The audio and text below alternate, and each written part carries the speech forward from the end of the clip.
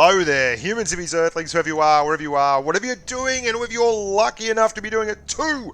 I'm Bushka on Blitz, and I'm back with another Know Your Nasties video. Now, if you don't know what I'm talking about there, I recently did a Know Your Nasties video, which is basically an excuse for me to go through all the tanks at one tier of a particular class or type, and give you some opinions on what's good about them, what's bad about them, why you'd want them, why you wouldn't want them. And it's based around the thought process that a lot of kids and humans in general get into this game. They don't have a clue what they're driving towards, and they start grinding up a line. And they don't know where they want to go. They want to drive a TD line, but they don't know what they all do. And rather than watching a whole epic load of videos, I'm trying to give it a very, very short, concise, bust a move kind of feel, and they can figure out where they want to go and run from there. It's a patron sponsored post. If you'd like to sponsor the channel, that would be wonderful. There's a link there below. Become a channel sponsor. Lots of stuff going on there, and it's certainly a wonderful, wonderful place to be. The Leopard one's going to be our first cab off the rank, and the Leo one is a pretty special tank indeed. It's the second German medium tank at tier 10, the other being the E50M, and it's characterized by what can only be described as the best bloody gun handling money can buy. It's electric. There's a 105mm L7A3, and it is brutally effective. You've got lowest of low dispersions, 0.272 dispersion after you're running your vents, your V-stab, your double rations, all that kind of thing, and a 3-second aim time, which in the new dynamic display methodology is really, really good. Great pen, great damage, 350 alpha, and it's all in a package that is lights out, screaming quick, 65 kilometers an hour. It's called a Leopard for good reason. It is every bit as quick as a Leopard and just as deadly. It's got 9 degrees of gun depression. Now, there's a bunch of tanks at tier 10 as mediums that have good gun depression, and the Leo has that too. What it doesn't have is the turret to really take advantage of that. It doesn't have any armor to speak of, and that means that if you get in a fight, using your gun depression, all that is great, but if you get in a fight and you just sit there, you're going to get smashed. And it's all well and good to sneak up on people and hit them, but then they turn around and they start pumping you back, and things can get very, very grim very, very quickly indeed. If I had to pick a tank that wasn't noob friendly in the tier 10 medium lines, this would be the one. This is the least noob friendly tank. If this is going to be the first line you grind up, go back and rethink your life, because it's going to be very, very tough. You've really got to be aware of all the game mechanics, paying attention to the minimap, aware of what pen values, who can pen you with HE, all that kind of stuff, or your tank is going to be scrap metal very often. And you don't earn much cash at tier 10. So I would say this is a great tank for people who know the game very, very well, but haven't got a medium tank in the stable at the moment, who are quite capable of performing at tier 10 in other tanks. It is not a tank for the nervous and uninitiated. Breaking it down in simple terms, if you want to know what the Leo's absolute key points are, I'm going to throw them up for you right here on the screen now. You're looking at a tank that has superb gun depression and gun handling, is lightning quick, and the worst armor in its tier. And speaking of bad armor, why don't we have a chat about the FV4202? And now that's not quite fair. The 4202 is the only British tier 10 medium. It's been replaced in the PC version by a tank called the Centurion Action X, because it just wasn't performing up to scratch, up to snuff. And they haven't done that in the Blitz version of the game yet. And I'm not sure if they will or they won't, but they've buffed it a couple of times.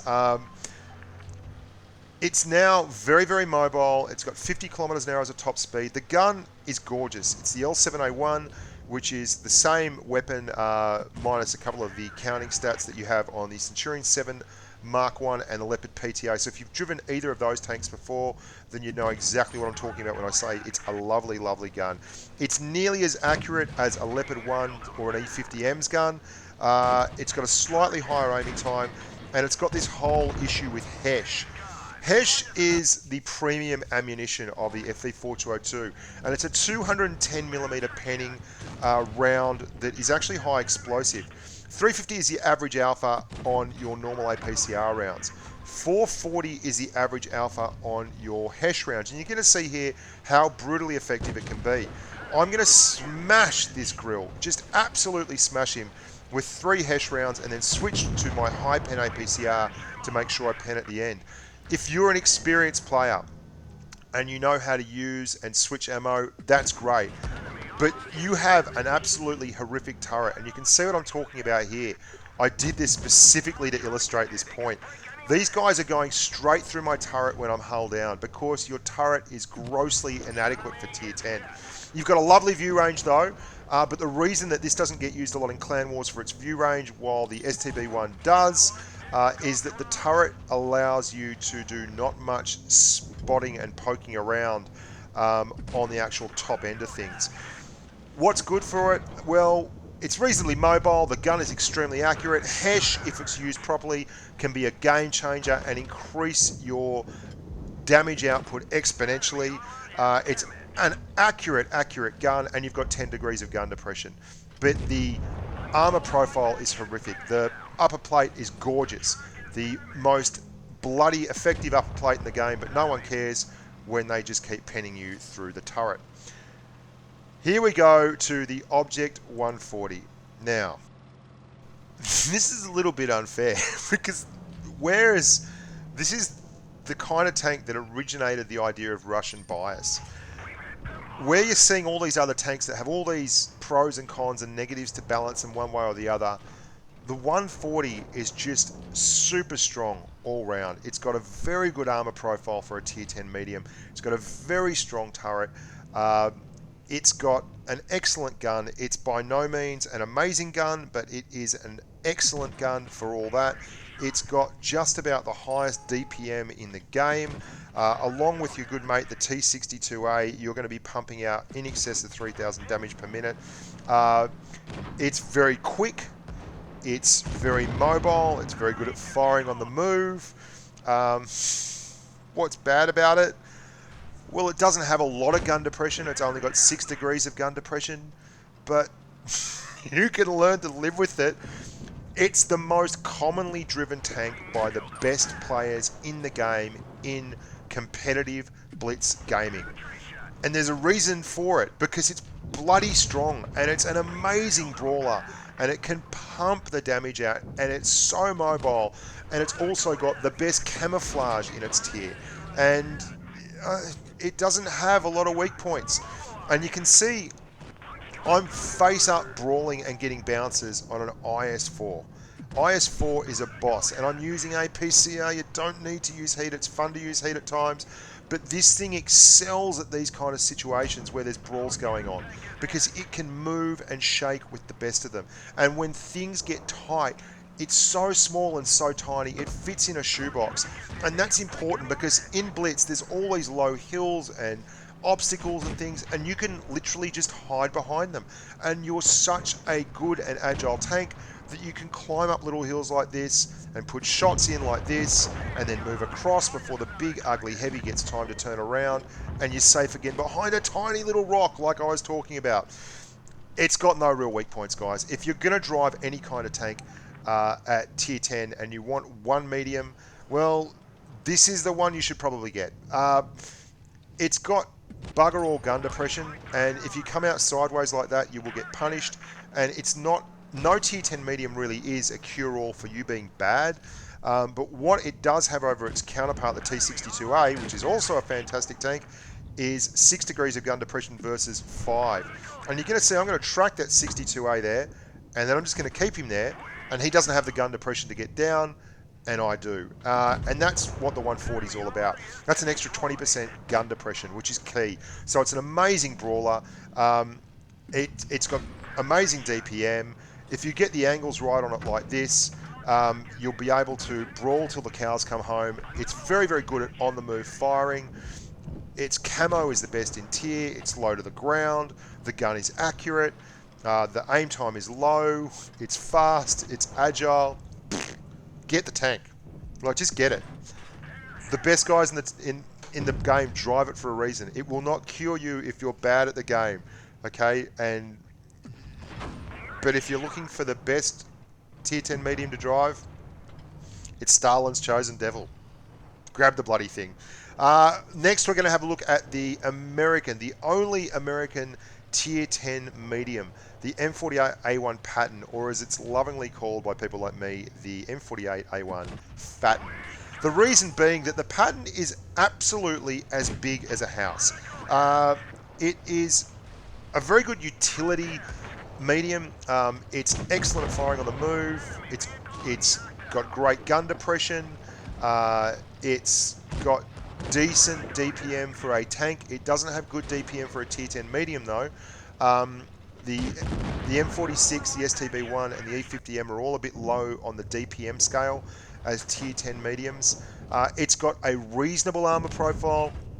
It's a bit trollish and bouncy now that they've buffed the turret. You can see the turret is very rounded there. It used to be a lot taller, and there used to be a weak point on top, which has been removed, and they've strengthened it like that.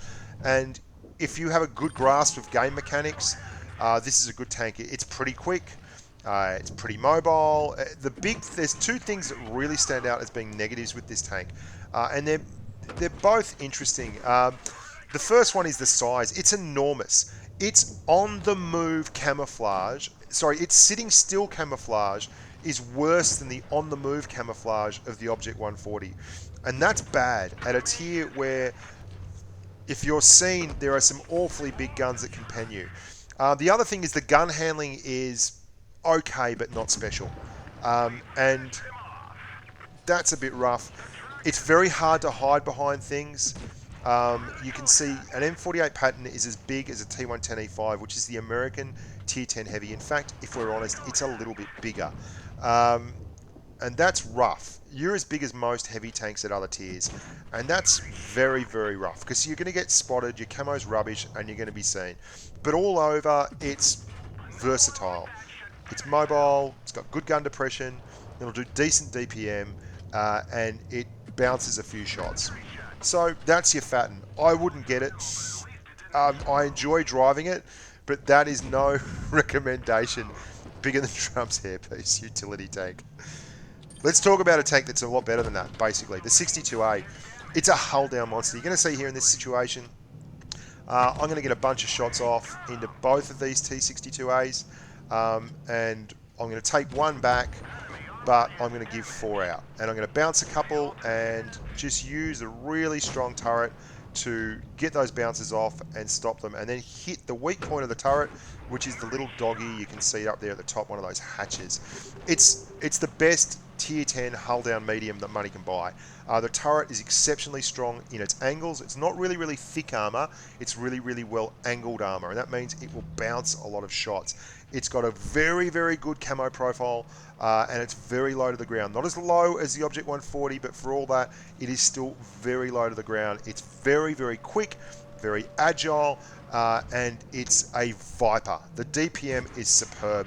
And when you fully buff both the T62A and the Object 140, you're going to get amazing DPM, and you're going to get amazing rate of fire. You're going to get nearly 12 rounds a minute when you're running all the bells and whistles on it. And you can see I'm perma-tracking this STB1. I've just caught him there and keep putting shells into his track, and he can't move, and eventually I'll ammo rack him because I've already damaged his ammo rack there. And that's what the T62A can bring to the table. When you learn to angle your Russian tanks like the 140 and the 62A, you will really get some phenomenal games out of them. The 62A is slightly weaker on the upper glacis and doesn't have the gun depression of the 140, but it's got a stronger turret than the 140. The 140 already has a strong turret. It's got a little bit of a lower top end, only 50 kilometers now. The 140 is at a higher top speed. But your traverse speed, when you buff this thing, when you put double rations and everything on it, will be nearly 70 degrees of traverse, which is just absolutely ludicrous. You're so mobile and so agile. Yeah, it's a tough out. It's another one of Stalin's chosen tanks. Both like the Object 140, the T-54, they've given the game that kind of a name of Russian bias, because these two tanks at tier 10 are clear standouts, and you can see the bounces we're getting by angling that upper plate correctly and not going out sideways like that T62A that you can see ahead of us. And there's a lot of bad ways to drive a 62A, and showing that upper plate at an angle where it can be penned is one of them. Once you get used to doing that, the world is your oyster in this tank. Don't expect any of these tanks to just make you a perfect driver, but if you learn to use them properly, the 140 and the 62A for me are the best competitive tanks that can do the most with their muscle. So again, the 62A, fast, agile, superb DPM, hull down monster, and Russian beast. What else can you say about it? Let's have a talk now about the E50M, as I like to call it, the pocket battleship. It's basically a heavy tank in a medium tank's body. They buffed it recently and turned the E50M into an absolute killer. The flat parts of the turret cheeks used to be at 185, I think, millimeters, and they buffed it to 250. And that means it can now realistically go hull down and angle slightly and get lots of bounces. It's got this gorgeous gun, the 105mm KWK L52 OSK. I forget how you pronounce that, but yeah, there you go. Again, 0.266 dispersion at 100 meters when you do all the bells and whistles like your vents, your double rations, all that kind of thing, which is pretty bloody amazing considering the Leo 1 is 0.272. Your aim time is higher though, which is a big key. So that's why I probably rate the Leo 1's gun just a touch above this. But look, in terms of pocket power and being able to intimidate and bully other medium tanks, this is great. And this is, if I had to pick a tank for noobs to drive up a line and use as a medium tank at tier 10, it would surprisingly be this one. It doesn't have the gun depression, which is a problem, but what it does have is just superb armor profile. You can side scrape in this tank, you can face hug certain tanks in this tank, and when you get into a really tough situation, you're going to see there's an FV4202 down here who's in licorice all sorts. He's in a really bad spot. He's about to be pushed on by both that IS-7 and the T62A in front of us, and I'm going to basically just take up this little pocket heavy position here, pump the 62A, and just show them a really good upper glacis angle with a very, very strong turret and a gun that doesn't actually miss a lot of shots. And you can see I'm getting bounces, taking shots there. This is where it's at. This is what this tank is so good at. It's also the best ramming machine in the game, in my opinion. It goes super quick at the top end. You can get it up to about 60 kilometers an hour quite comfortably. It's not as agile. It doesn't have the turret traverse of the other tanks, and it's far more in line with a heavy than it is with the medium. But for all that, it's a gorgeous piece of machinery, and it's one that I really, really enjoy driving. And if I had to recommend one to noobs, this would be the one. It's bigger than a man that won a piloting contest, and it's got horrible camouflage, but it moves pretty quick for a tank that big, which surprises a lot of people. Great rammer and godlike gun, and you know, that'll get the job done for you. Now we're going to talk about our final tank here, the Tier 10 Japanese medium, the STB1. Now, I hosted the Twister Cup in New York recently, and a heap of the teams there drove an STB1. And the reason why is because it's got the longest view range in the game. When you're running binoculars on this thing, you'll get it out to 356.4 meters with binoculars and double rations. You can get it even longer than that with vents, but I don't use vents on it. It's able to go hull down as well, and that's the key. The FV4202 has a very similar view range. It's only about 8 meters or 6 meters lower, but when you're with the FV4202, you can't leave it sitting there and actually trade shots with your hull down because it's got such a weak turret. The STB1 has a very, very trollish turret. It's very low to the tank, and it bounces a lot of shots and has some really awkward angles. What it doesn't have is the gun handling. The gun handling is a bit mediocre. It's actually a lot like the M48A1 Fatten. Neither of them have great DPM. Neither of them have very good gun handling for a tier 10 medium that's reliant on basically not being a brawler. And that's an issue. But for all that, you're quite capable of isolating targets like this and getting rid of them. You just have to watch out because you're going to see here just how weak that chassis is. I mean, I'm not really even aiming up on this STB1, just making sure that 183 can't get to me as well, and all the shots go in. I mean, it's none of us are going to bounce anything here. It's, you can look at that. That's with APCR. The whole chassis is just crystal clear. What you want to be doing with this tank is finding nice long ranges to fire down, use the view range, use the hull down ability, and absolutely get shots to bounce. Something you've also got to realize is if you're hull down in an STB1 and you slightly go up the slope, just move slightly up the slope and then poke over the top of it, it's going to increase the angles on your turret and you're going to actually be even bouncier than you are. And that also goes for the M48A1 guys.